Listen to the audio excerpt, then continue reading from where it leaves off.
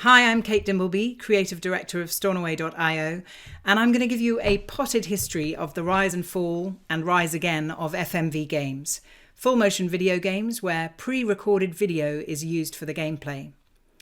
Some of you will know old classics like Dragon's Lair, which they played in Stranger Things, and new classics like Bandersnatch. In the next few minutes, we're going to look at some of the golden oldies, some of the less than golden oldies, see where it all went wrong again and again, and why we think the 2020s is different, and we'll see a proper rebirth of FMV games and interactive films. It all began in the arcades, where as early as 1983, Cinematronics used laserdiscs to create Dragon's Lair, using 50,000 frames of hand-painted animation by ex-Disney animator Don Bluth. People had never seen anything like it. Like playing an interactive Disney cartoon, and with an actual story where you played Dirk the Daring, a noble knight rescuing Princess Daphne. Also, laserdiscs. How cool is that? So it was an instant smash hit, hitting the top of the charts for 1983 alongside heavy hitters like Ms. Pac-Man, and earning about $50 million for Cinematronics, mostly because it was so beautiful compared to anything else. And so, of course, people started talking about it being the new future of video games. But there were big problems with that. It was expensive to play, 50 cents instead of 25 for everything else in the US. No, I hate this overpriced bullshit, son of a... And the gameplay was really just a series of early versions of QuickTime events where you pressed up, down, left, right in response to on-screen prompts, triggering 22 minutes of video, most of which seemed to be death scenes. It was such a phenomenon, though, that lots of other companies tried to follow its initial success. Japanese companies had success reversioning cartoons for Laserdisc games. Bega's Battle reused footage from an anime called Harmageddon. Cliffhanger reused Miyazaki animations, and Atari's Firefox reused footage from the Clint Eastwood film for possibly the first video cutscenes inserted into computer graphics gameplay. There were loads more. Time Gal, Super Don Quixote, and Cobra Command were all made from original animations with press the button at the right time type gameplay to switch scenes. Then the Dragon's Lair creators made the first choose-your-own-adventure type story with their sequel, Thea's Quest. But the animation was much less pretty, and the story was like a bad Tolkien. And before long, the elite arcade nerds had figured out all the moves for these games and seen all the scenes, and the laserdisc players kept breaking down, driving arcade owners crazy. Plus, this was all in the middle of the video games crash of 1983 to 85, when lots of companies went out of business. Producing expensive animations and expensive machines became a luxury nobody could afford. By 1987, the first FMV wave had ebbed. There was probably a lesson in all this for the next wave of FMV game producers about the quality of gameplay, the effort put into a story in a story-based game, and the performance of the hardware. But if so, they didn't want to know. By the 90s, for home PCs and consoles, the game cartridge and the 3.5-inch floppy disk with its impressive capacity of 1.44 megabytes gave way to the CD-ROM with an astonishing 650 megabytes. Game producers obviously immediately asked themselves how they could fill all this up with awesome content, and for one studio, unfortunately, the answer was Night Trap, the most infamous FMV game of all, which had terrible story, acting, sets, lighting, costumes, special effects, and boring gameplay. That didn't stop it getting debated at length in Congress as part of the 1993 video games moral panic because of its supposed horror and exploitation content.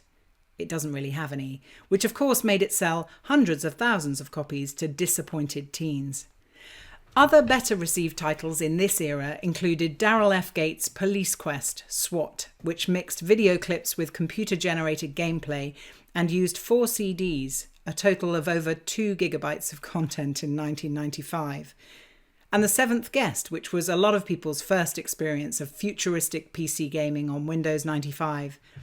The Seventh Guest was quite like Myst, which was also a big CD-ROM hit, and called itself an interactive movie puzzle adventure game.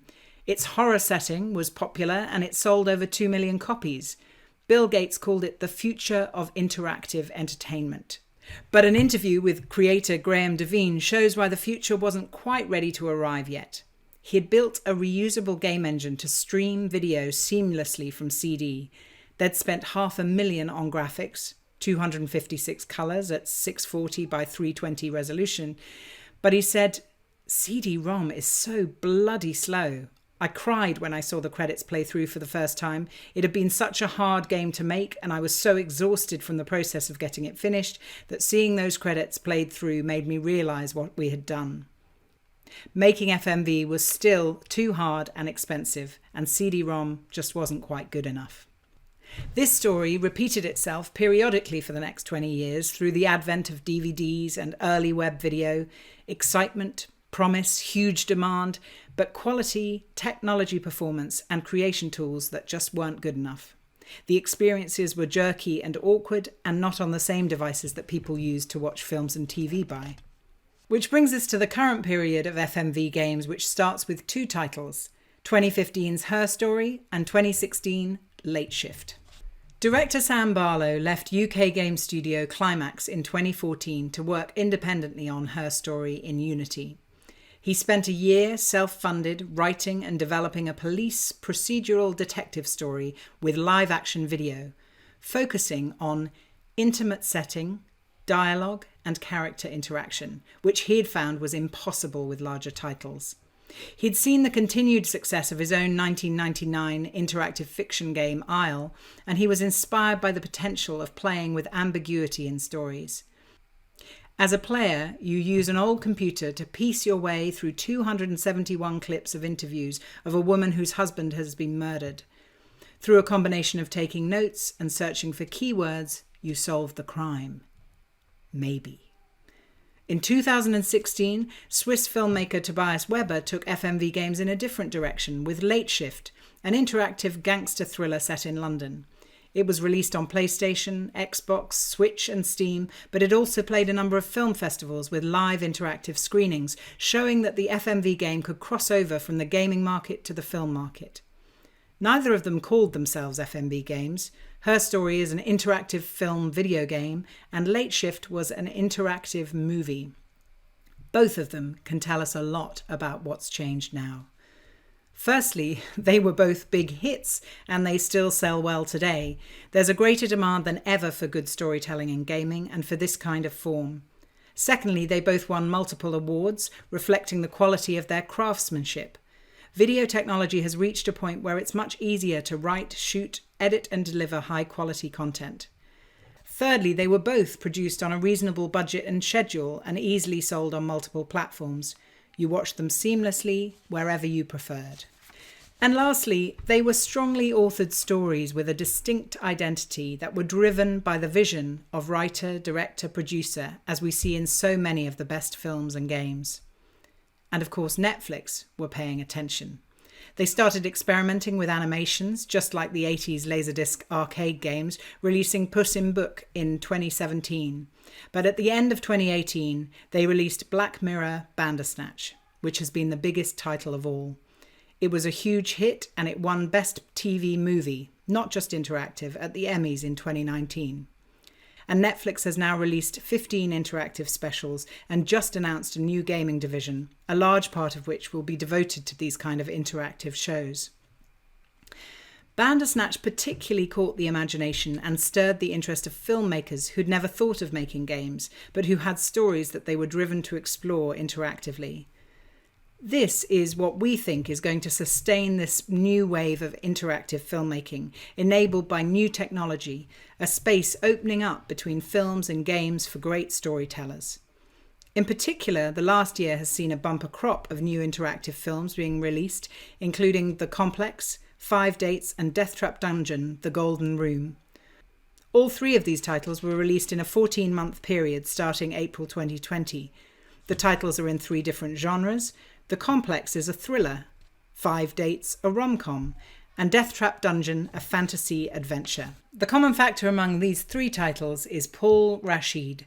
He directed The Complex and wrote and directed 5 Dates and Death Trap Dungeon The Golden Room.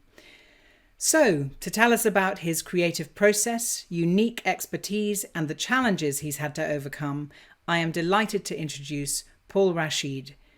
Paul is 28, but already a 14-year veteran of the film industry. He first acted in the feature film Ealing Comedy alongside Kulvinder Gear, one of the Goodness Gracious Me quartet, and TV star Alistair McGowan when he was just 14. By the time he'd finished uni, he had written his first screenplay to be made into the teen horror thriller Unhallowed Ground. In 2015, he directed his own screenplay, Winterstoke House, and in 2018, his feature film White Chamber was selected for 10 film festivals worldwide, including Edinburgh, Baifan Korea and Sitges. Shauna MacDonald won Best Actress at BAFTA Scotland 2018, and the film played on Netflix. To tell us more, it's my pleasure to introduce director and writer Paul Rashid.